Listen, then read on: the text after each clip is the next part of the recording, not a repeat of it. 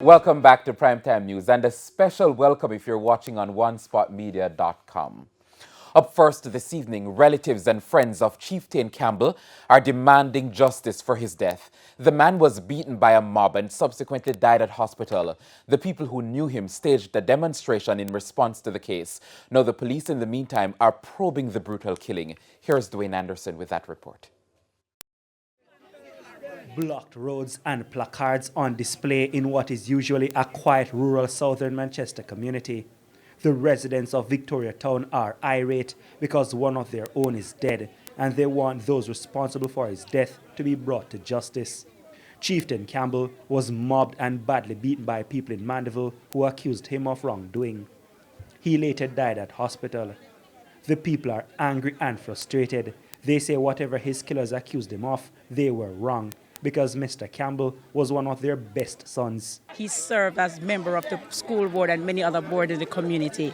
He is indeed a nation builder, and I can just imagine how he felt when he was being slaughtered yesterday, because this is, of course, a moral atrocity. And is really bad and painful this morning. The entire community has lost someone who we look up to, and I call on the powers that be to do a full investigation. According to the people who knew him, Mr. Campbell was days away from starting a new journey in his life. This man went in Mandeville yesterday to do business with his wife, who came to marry him, which would happen on Thursday coming. His common-law wife is distraught. We need some empathy in this country. My heart is broken. I don't know if I can ever come back to Jamaica. I have land in Jamaica. I'm trying to build a house in Jamaica. I wanted to retire here. I'm 66 years of age. And this was my dream. And my dream is broken because I take the only man who I know for 30 years. For 30 years, I know him. I want to take him from me. She said while he was innocent, it is still not the place of residence to determine innocence or guilt. And you already hit him, and he's already subdued. Can't go to the hospital, make him get help. Because you don't get him for crime, you don't get him for him tell him tired of the story, you don't find out that this is an upstanding man in our community and the love of his country. The police in Manchester are investigating the mob killing. But Mr. Campbell's common-law wife said the police also have questions to answer.